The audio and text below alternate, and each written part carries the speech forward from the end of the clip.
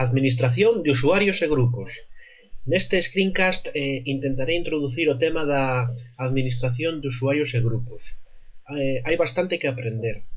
Primeiro veremos unha introdución ao tema da administración de contas de usuario, cales serían os comandos máis relevantes, UserAdd, CHFN, CHH. Despois veremos os ficheiros relativos ao tema da administración de contas de usuario e de grupos.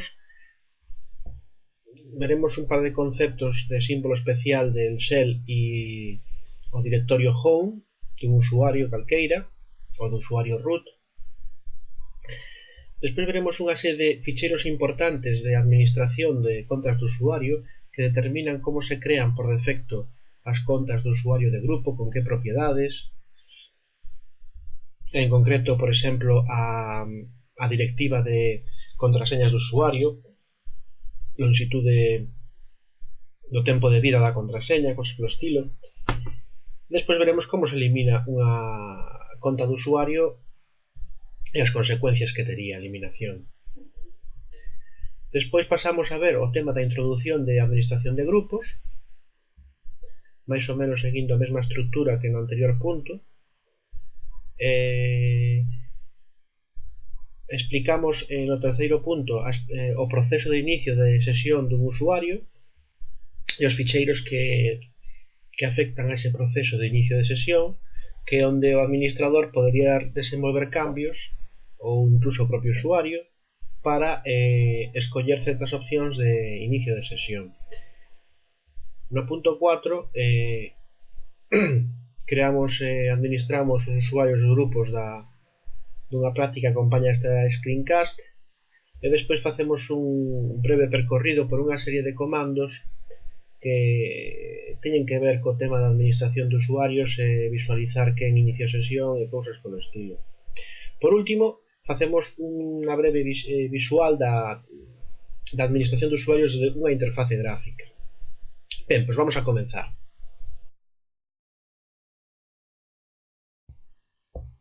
Comezamos co primeiro punto deste screencast, que é a introdución á administración de contas de usuario. Para isto iniciamos sesión como administradores e antes de crear unha conta de usuario imos facer un breve percorrido polos elementos principais involucrados cando se crea unha conta de usuario. Ben, primeiro imos ao directorio onde están almacenados un montón de ficheiros. Podemos observar que hai un montón de ficheiros e directorios. O directorio /etc nos sistemas Linux é o que contén os ficheiros de configuración de todos os elementos da máquina prácticamente. En concreto, tamén se almacena a base de datos de seguridade de contas de usuario e de grupo.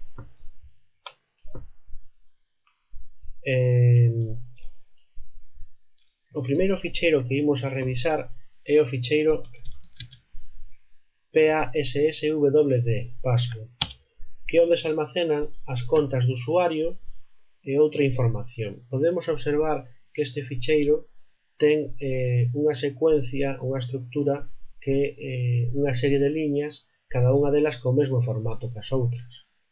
Cada liña se compón de unha serie de campos separada por dos puntos. O primeiro campo é o nome do usuario de inicio de sesión na máquina. O seguinte campo aparece con unha X, que quere decir que o contrasinal, ou mellor dito, o hash do contrasinal dese usuario está almacenado a prol da seguridade en outro ficheiro que é o shadow e veremos dentro dun momento. Despois aparece o que se denomina o identificador de usuario, o UID. Despois aparece o GID, identificador de grupo principal dese usuario. Cada usuario, cada entidade que está na máquina en un momento dado, que ha iniciado sesión ou que está funcionando dentro da máquina, executándose, é vista dende o punto de vista da seguridade como un identificador de usuario e un identificador de grupo principal. O identificador de usuario en principio non cambiaría, pero ese usuario pode ir cambiando de grupo en función das súas necesidades e dos grupos aos que realmente pertence. Despois aparece un campo que é o que se chama o campo Geckos, onde hai unha serie de información de nome, apelidos, teléfono de traballo, teléfono do fogar, etc.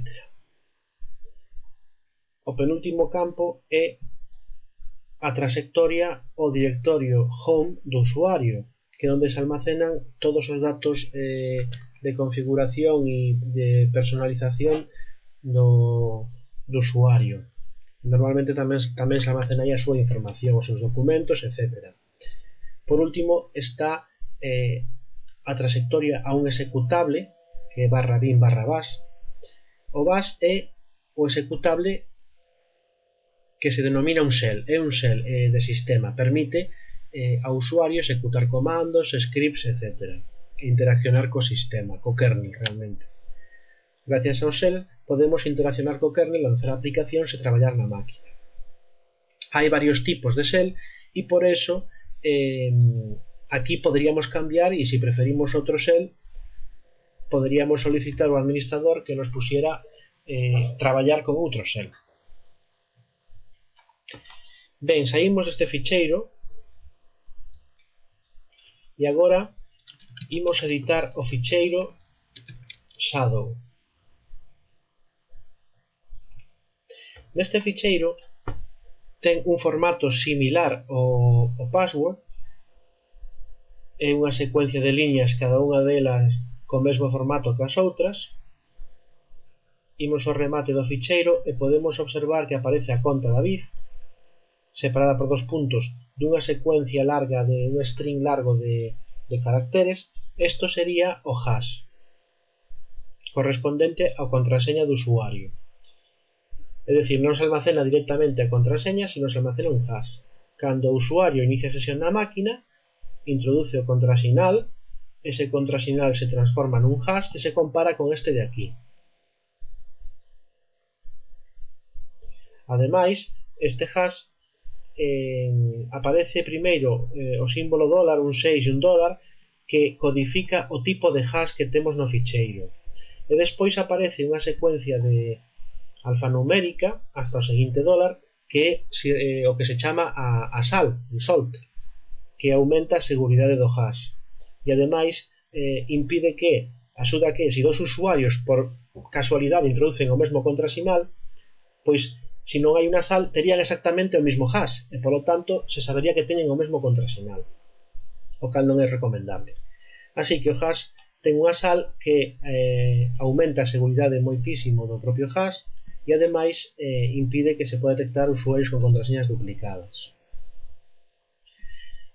O remate do campo de hash ven determinado por 2 puntos e despois unha serie de campos separados por 2 puntos que almacenan cal foi a data do último cambio do contrasinal, como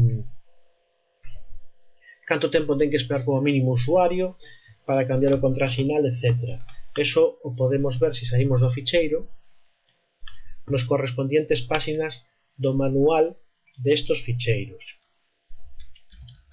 Por exemplo, man5 password nos daría aí información sobre o ficheiro de contraseñas. Non temos máis que ler a información e teríamos o significado dos principais campos, etc. É un bo exercicio estudiar a fondo este ficheiro. Por outra banda, tamén podemos escribir man5 shadow e teríamos información sobre o ficheiro shadow. Neste caso non está traducido ao castelán.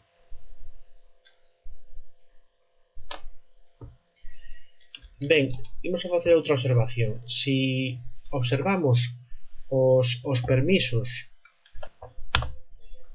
dos ficheiros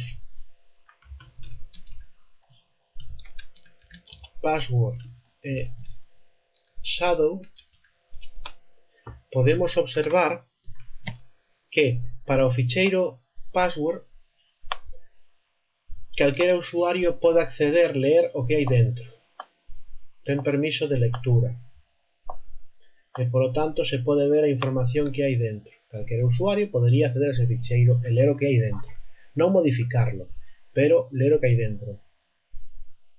Por outra banda, temos que para o ficheiro shadow que contén os hashes das contraseñas e, polo tanto, especialmente sensible dende o punto de vista da seguridade, non hai ningún permiso establecido, por lo tanto non se pode facer nada, é dicir, únicamente o superusuario podería acceder a esa información almacenada aí. Eso é moi importante dende o punto de vista da seguridade.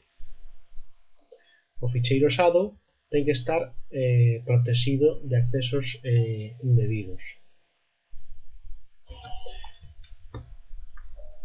Continuamos. Outro dos ficheiros involucrados en todo isto sería o ficheiro group. No ficheiro group se almacena a información sobre os grupos da máquina. Ten unha estructura similar ao ficheiro password, unha secuencia de liñas co mesmo formato, cada unha delas. Se compón de un nome de grupo, 2 puntos, unha X para indicar que pode haber unha contrasinal no ficheiro shadow e despois o identificador de grupo.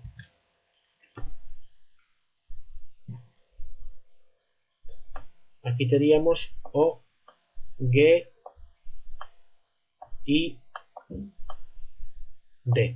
identificador de grupo correspondiente a ese nome de grupo. Realmente a máquina, o kernel, para traballar con toda esta información de seguridade, traballa con códigos numéricos.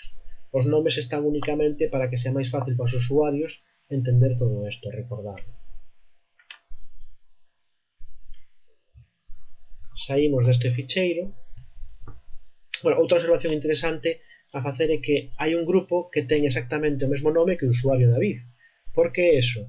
Nos sistemas de tipo Red Hat, cada vez que se crea unha conta de usuario, se crea automáticamente un grupo con o mesmo nome que o nome de inicio de sesión do usuario. Isto non acontece así en todos os sistemas Linux, pero aparte de eso, o resto das ideas é igual en todos os sistemas Linux. Saímos deste ficheiro e agora imos botar un vistazo ao último ficheiro relacionado coa seguridade, que é o ficheiro gshadow, o ficheiro shadow dos grupos. Podemos observar que ten tamén un formato similar ao outro shadow.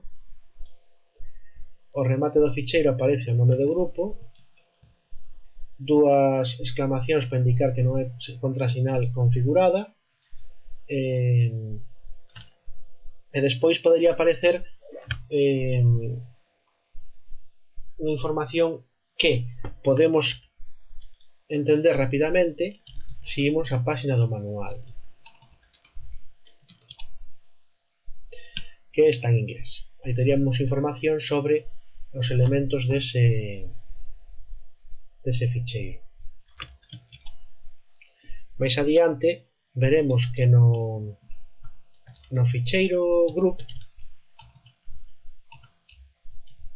almacénase o nome dos grupos, se ten unha contrasinal o GID, e despois o remate aparecerá unha listaxe dos usuarios que pertencen a ese grupo. Ben, por último, agora imos o directorio /home, que é onde se almacena por defecto a información dos usuarios da máquina. Para cada usuario da máquina, agás o root o superusuario, se crea un directorio que é o seu directorio home, onde se almacenará as súas opcións de configuración personalizadas, os seus datos, etc. O directorio home do root está en /root, se mantén separado do home do resto dos usuarios. E aí teríamos a información do usuario, do superusuario. Ben, voltamos ao /home e imos crear unha conta de usuario para ver as consecuencias que ten sobre o sistema.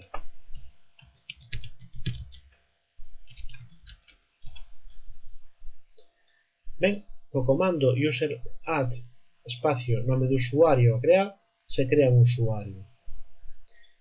En primeiro lugar, podemos observar que no directorio home aparece un novo directorio que é o directorio usuario 1, que conterá todo o perfil do usuario. Ten como usuario propietario usuario 1 e ten como grupo do directorio usuario 1, e únicamente o propietario ten permiso de todo tipo de permiso, lectura, escritura e atravesar.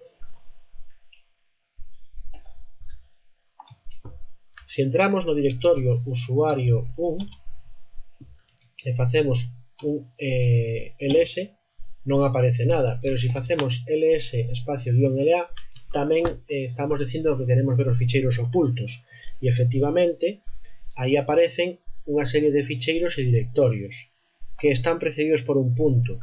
Nos sistemas GNU Linux, cando antecedemos un nome de ficheiro ou un nome de directorio por un punto, o que queremos decir es que sean directorios ficheiros ocultos, que é decir que por defecto certos comandos non os amosen. Únicamente se damos a orden explícita de que se amosen os directorios e ficheiros ocultos, pois aparecerán.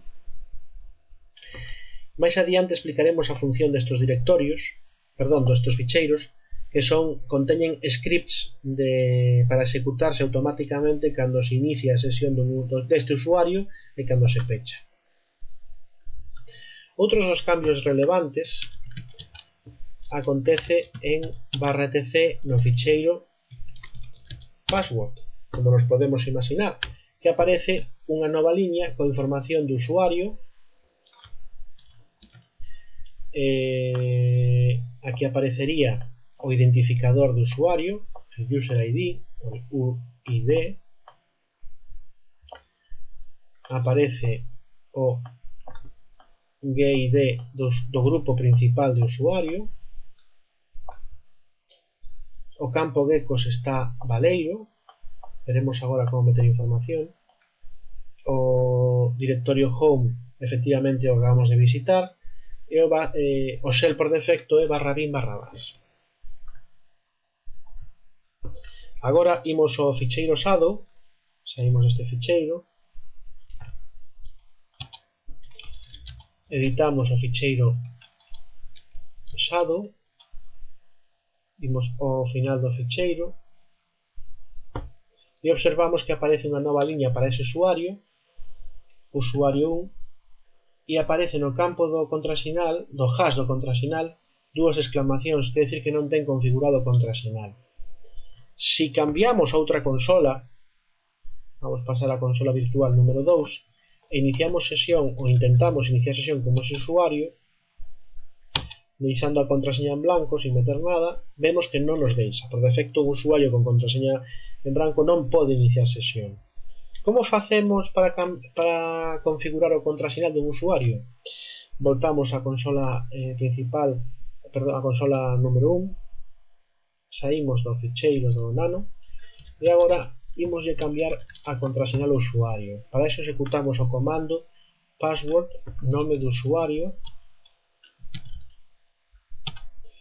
e introducimos o contrasinal. Vamos a utilizar vmware1, confirmamos correctamente.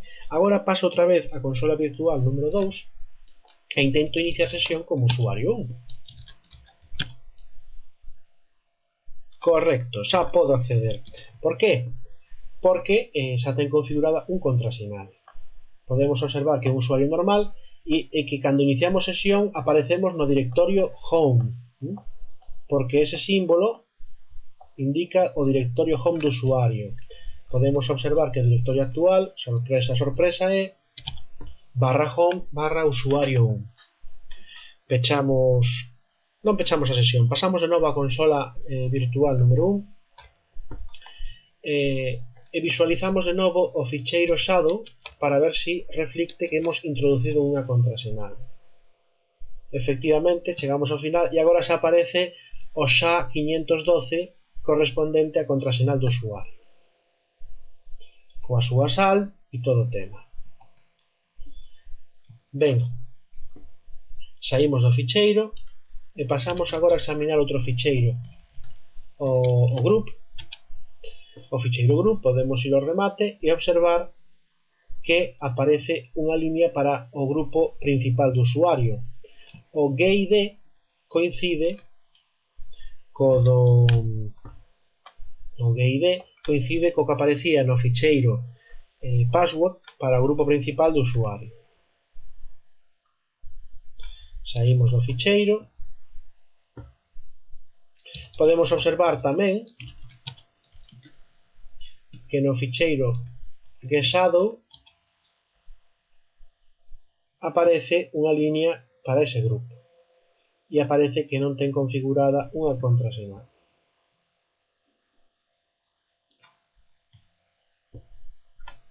Saímos.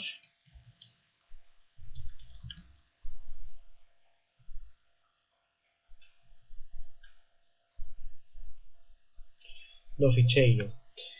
Ben, así que esos serían os elementos principais involucrados. Imos a ver agora como cambiar certa información do campo geckos. Para eso executamos o comando chfn, que quere decir change finger, información do usuario.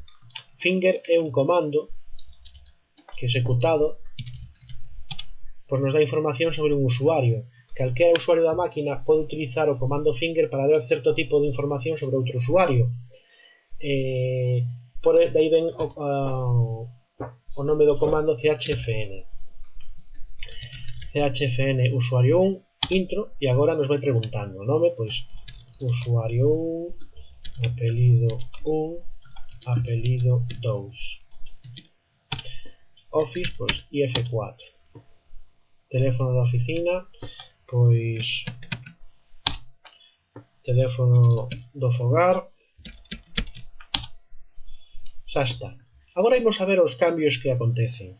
Se editamos o ficheiro /etc/password, podemos observar na liña correspondente usuario 1 que efectivamente aparece un campo novo, o campo geckos, coa información que introducimos co comando chfn. Aí está.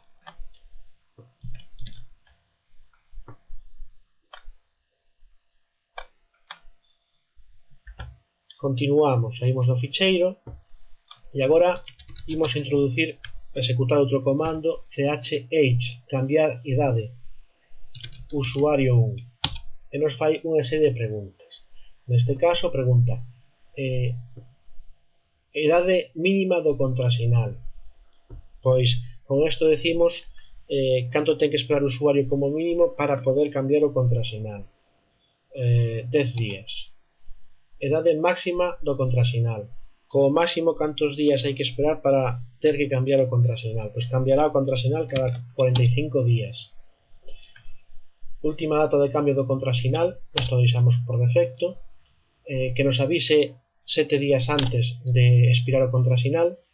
Desactivar o campo de contraseña, non queremos desactivarlo, e data de que expira a conta. Neste caso non hai unha data tope, polo tanto non o cambiamos. Agora imos ao ficheiro, editamos o ficheiro /etc/shadow e podemos observar para este usuario 1 que ao remate do ficheiro aparece almacenada unha información que se corresponde co que modificamos anteriormente. O campo de data de última modificación do contrasinal aparece codificado dun xeito especial en días desde unha época determinada. Despois aparece 10, 45 e 7, que os cambios que fixemos no outro aparecen os valores por defecto. Ben, xa estaría configurada esa información para o usuario. Agora imos a ver outra cousa máis. Pasamos á consola onde iniciouse un usuario, a consola virtual número 2, e o usuario vai iniciar o contorno gráfico co comando startx espacio ampersand. O ampersand o que quere dicir é que o usuario quere que este comando se execute en background, por lo tanto seguirá disponiendo do shell do sistema, seguirá podendo executar ordes mentras executa ese comando. Imos a ver si é así. Aí está, aparece unha serie de mensaxes, pasa a modo gráfico, pero premendo Control Alt F2 para a terminal número 2 podemos observar, se damos a intro e executamos clear, pois que seguimos dispoñendo do terminal para executar os comandos como usuario. Voltamos á interface gráfica do usuario con Alt F7.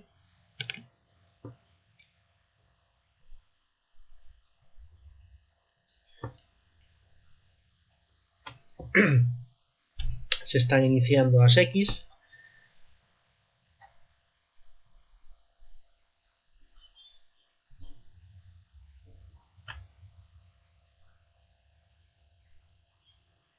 Agora mesmo se está creando un montón de ficheiros no directorio home do usuario para almacenar as súas preferencias neste contorno gráfico. Ese é o objetivo de executar agora ese comando, amosar como o directorio home vai a conter un montón máis de información unha vez que se inicia a sesión no contorno gráfico. Ben, xa rematou o proceso de inicio de arranque das X, xa dispoñemos dunha interface gráfica para traballar. Agora o que imos facer é pechar a sesión do usuario 1, pechar sesión, e cando remate de pechar a sesión nos devolve o shell dende o cal arrancamos as X. Executamos, podemos observar que aparece abaixo hecho start X, é dicir que rematou de executar ese traballo, o job, o explicaremos máis adiante. Executamos clear e agora facemos un ls no directorio home e observamos que aparecen un montón máis de ficheiros e directorios que son o resultado de ter iniciado sesión no contorno gráfico, no escritorio de tipo Gnome. Entón, para almacenar toda a información sobre preferencias do usuario no escritorio, cartafoles, etc., información dos documentos do usuario, etc., pois se crea unha serie de directorios e ficheiros que son os que aparecen aí.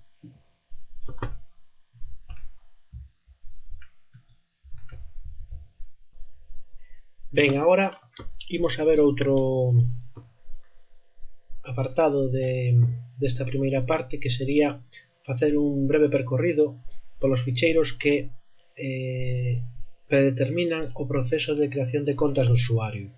Pasamos á consola virtual número 1 como superusuarios.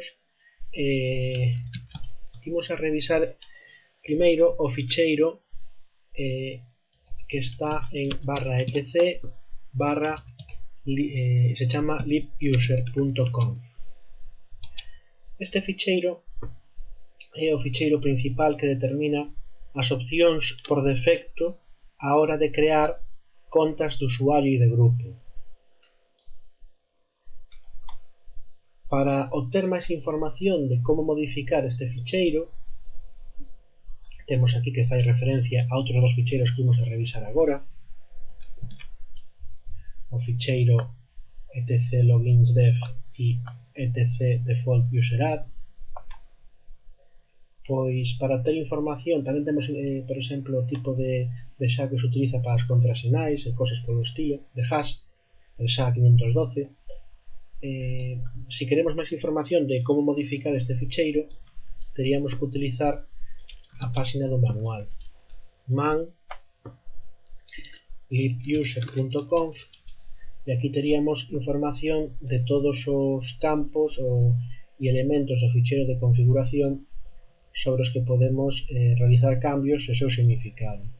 Non imos a entrar a explicar toda esta información, simplemente imos a ter en conta que este é un dos ficheiros principais que o sistema lee a hora de crear contas de usuario de grupo para tomar decisións por defecto.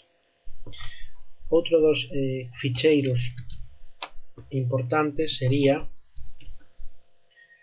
/etc/default, é dicir, por defecto, user_add, e aquí temos unha serie de opcións, por exemplo, cal é o directorio o shell por defecto para o usuario. Se quixéramos, por exemplo, que os usuarios utilizaran outro shell, pois poderíamos cambiarlo aquí e cada vez que creamos unha conta de usuario se lle asignaría a ese usuario por defecto outro shell, o que configuráramos aquí. Tamén podemos configurar cal é o directorio home dos usuarios, a raíz do directorio home, e tamén podemos configurar o directorio de skeleton, que aparece aí, do inglés skeleton ou esquelete, é un directorio que contén unha serie de ficheiros e directorios que cando se crea unha conta de usuario se copian o perfil do usuario que se crea, digamos que é o perfil por defecto dos usuarios. O directorio skeleton contén o perfil por defecto dos usuarios. Saímos do ficheiro sen modificar nada. Outro dos ficheiros importantes sería /etc/login.devs. Aquí tamén hai unha serie de información por defecto, por exemplo, que afectaría o número máximo de días que a conta pode ser utilizada por defecto sin cambiar o contrasinal, cantos días teñen que transcurrir como mínimo para poder cambiar o contrasinal un usuario. Por defecto está 0, cal quere decir que non ten que esperar nada.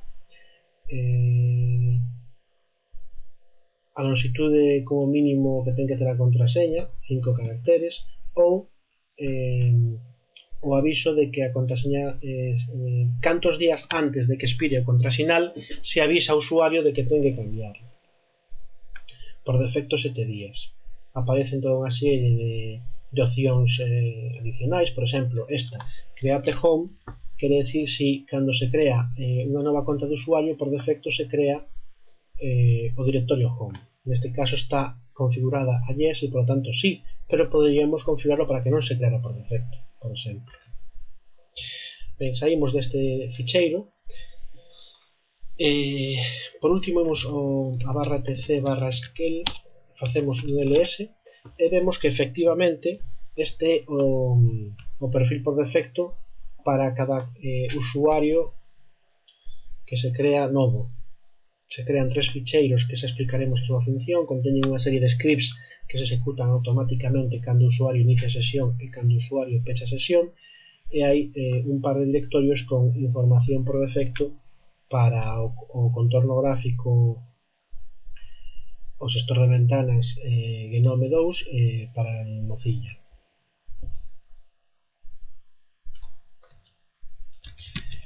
Ben, por último pasamos ao tema de examinar o tema de eliminación dunha conta de usuario. Cando executamos para eliminar unha conta de usuario, executamos a orden userdel e o nome do usuario. Agora mesmo este usuario, se recordamos, ten iniciado unha sesión. Vamos a ver que pasa se intentamos eliminar a súa conta. Nos avisa o comando userdel de que o usuario está actualmente dentro do sistema. Por lo tanto, non podemos eliminar esa conta. Co comando w podemos observar quen está agora mesmo no sistema, canto tempo leva, e incluso podríamos ver que comando está executando. Así, por exemplo, agora mesmo no sistema está root, que inició sesión en tty1 na consola virtual 1. O tempo que leva de login e o comando que executou o último, e podemos observar que tamén aparece o usuario 1 na consola virtual 2 e que ten únicamente executado un bash, es decir, el shell do sistema. Ben, pois vamos a pasar a consola virtual 2 para pechar a sesión do usuario. Por exemplo, podemos pechar a sesión co comando logout. Xa está. Voltamos á consola virtual número 1 como administradores e agora tratamos de eliminar a conta do usuario. nos informa de que todavía está no sistema, non é verdadeiro, intentamos de novo, executamos de novo who, a ver que pasa, e agora executamos. Ben, nos informa de que todavía está no sistema, cosa que non é así. Vamos a esperar un momento, a ver se o sistema se percata da cuestión esta. Executamos users, parece que de alguna forma xa ten reflectido, pero tarda un pouco en darse conta do cambio. Vou mirar a ver se teño outra consola aberta, non. Ben, pois nada, hai que esperar.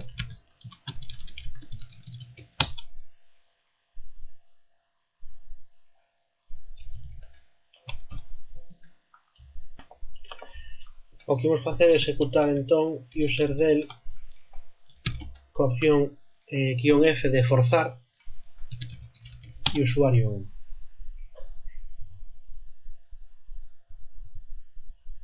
Agora sí que está eliminando a conta. Imos botar un vistazo ao directorio home. Podemos observar que ao eliminar o usuario eliminou a conta do usuario, pero sigue estando o directorio home. Vamos comprobar que eliminou a conta do usuario, por exemplo, facendo cat /etc/password, miramos o remate e vemos que xa non está no remate do ficheiro, non aparece a conta do usuario 1. Por exemplo, no correspondente ficheiro para grupos, tampouco aparece o grupo do usuario 1. A conta foi eliminada, pero non foi eliminado o directorio home do usuario. Para eliminar eso, o que imos facer é vamos a executar alias rm igual a rm remove recursivo, eliminar recursivamente usuario 1. Agora xa non existe o perfil. Vou crear de novo a conta de usuario.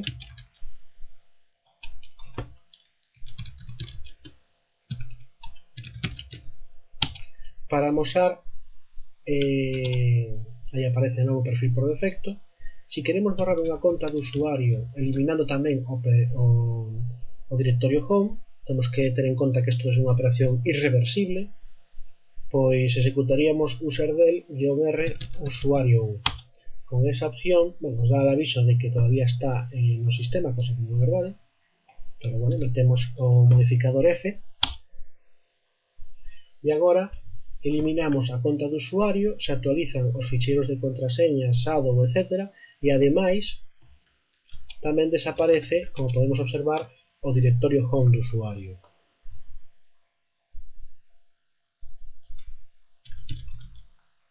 Por último, me gustaría facer unha pequena observación sobre o tema da reutilización dos identificadores do usuario. Ben, recordemos que cando creamos, vou crear dúas contas de usuario, usuario 1 e userat usuario 2. Agora botamos un vistazo á parte final do ficheiro de contraseñas, por exemplo, as 4 últimas liñas, co comando tail. Este comando nos permite visualizar a última parte dun ficheiro de texto. Podemos indicar o número de liñas que queremos co modificador guión e o número de liñas. Aí aparecen as 4 últimas liñas no ficheiro password. Podemos ver que efectivamente creáronse as entradas para as contas do usuario 1 e usuario 2 e observamos que o usuario 1 ten o identificador de usuario, el UID 501, e o usuario 2 ten o 502. Ben, agora iniciamos sesión como nunha consola virtual, por exemplo a consola 2, como usuario 1, e non vamos a poder porque aínda non configuramos unha contrasinal. Así que imos a configurar de novo na consola virtual 1 como superusuarios as contrasinais.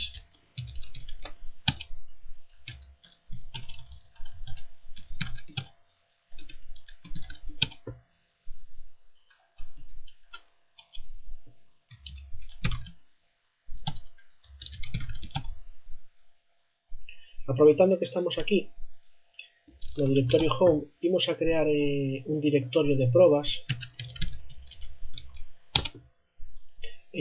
Imos asignar a este directorio permisos para que calquera usuario poda facer o que queira.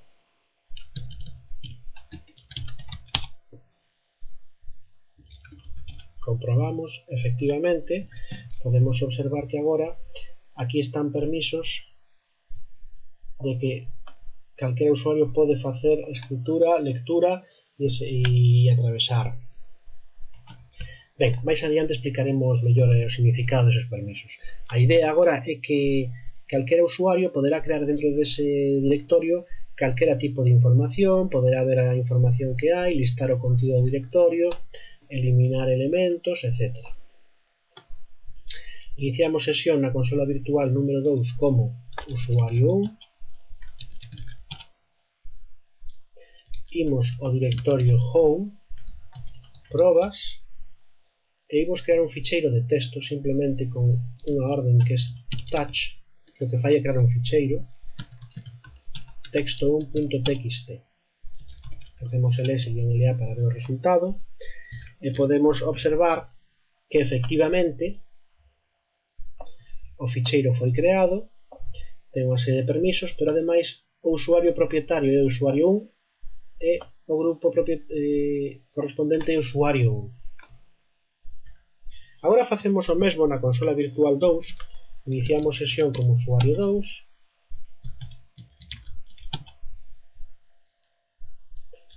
imos ao directorio home probas, creamos un simple ficheiro de texto, miramos os permisos e confirmamos de novo que efectivamente o propietario usuario 2 é o grupo usuario 2. Ben, agora pechamos a sesión como ese usuario, tamén pechamos a sesión do usuario 1,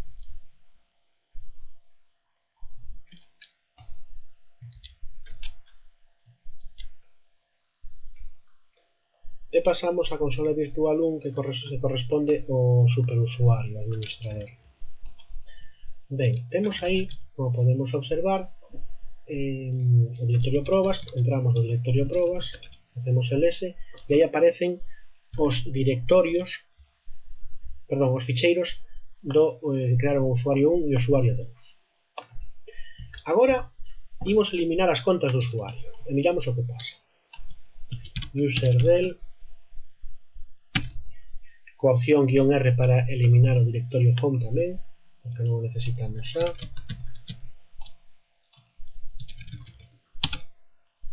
Ben, temos aí o aviso de que está no sistema, pois nada, ponemos o "-f" para forzar.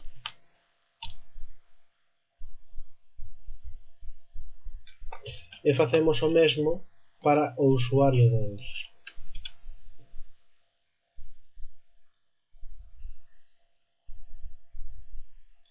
Xa están eliminadas as contas do usuario e os seus correspondentes directorios home. Se agora executamos un ls-la, se pode observar que desaparecen os nomes do usuario dos propietarios e aparecen identificadores do usuario. É dicir, o sistema de ficheiros almacena internamente o código do propietario do ficheiro do directorio como un número, o identificador do usuario. Como agora ao executar ls-la o comando ls non é quen de traducir ese código numérico, ese 501, consultando o ficheiro /etc/password para traducir o código numérico ao usuario correspondente, pois amosa a información tal cual. Ben, ademais, imos a facer outra cousa. Se creamos agora unha nova conta do usuario, executamos ls, podemos observar que aparece como propietaria dese ficheiro que antes pertencía a usuario 1, a usuaria Ana. Por que isto é así? Ben, cando creamos unha nova conta para o usuario Ana, o sistema asígnalle un identificador de usuario único.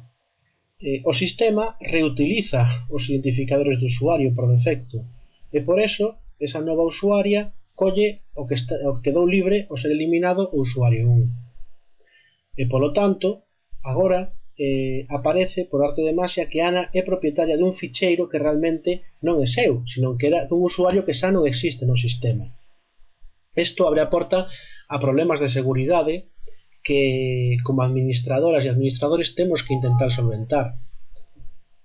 Por exemplo, teríamos que, cada vez que eliminamos un usuario, percorrer todo o sistema de ficheiros buscando os ficheiros que pertencían a ese usuario e reasignarlle a pertenza para o usuario root ou un usuario que creáramos ad hoc para este tipo de contingencia. Eso é todo sobre este tema de administración de cuentas de usuario.